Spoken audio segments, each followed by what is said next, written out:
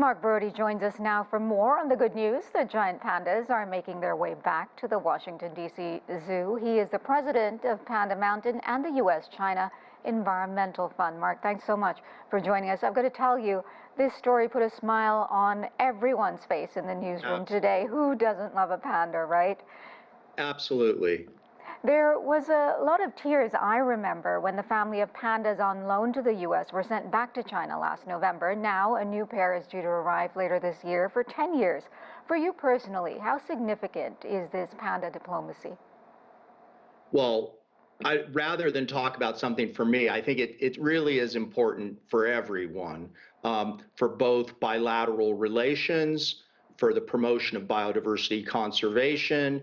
And what's really exciting is how the Conservation Biology Institute, a division of the Smithsonian and a partner with the National Zoo, are now going to set the lead or develop further programs to protect pandas in the wild. It's really a great time.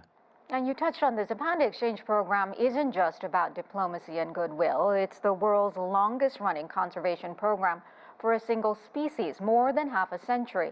And the pair that were sent back last year were part of a research and breeding program. So how successful was that program? Because they came to the U.S. as a pair, they left as a trio.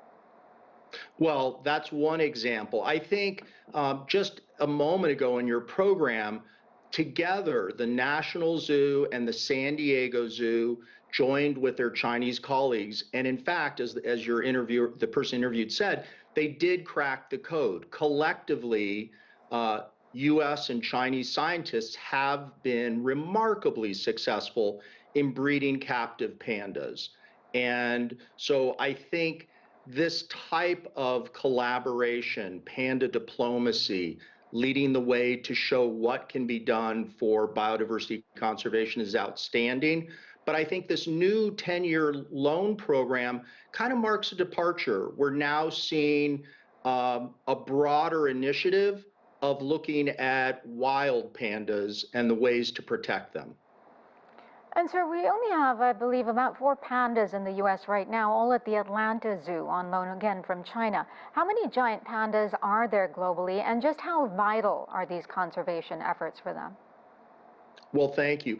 There's 2 types of pandas generally. There's captive pandas that are bred and maintained in human-run facilities, and there's wild pandas.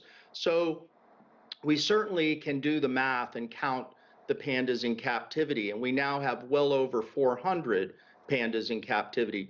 The wild panda population is about 2,000, a bit more. It's hard to know precisely, but the good news is, based on a census, the analysis of panda presence in the wild, that number is growing for the first time, and China should be greatly commended for the creation of a new giant panda national park.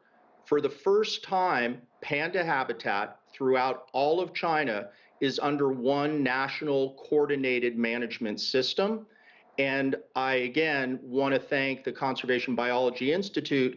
They're taking the initiative in this Panda Loan Program to look at things like panda corridors, connectivity between protected areas for pandas, and they're looking to start doing ecological restoration, special plots of land for bamboo restoration to ensure pandas have a viable habitat well into the future.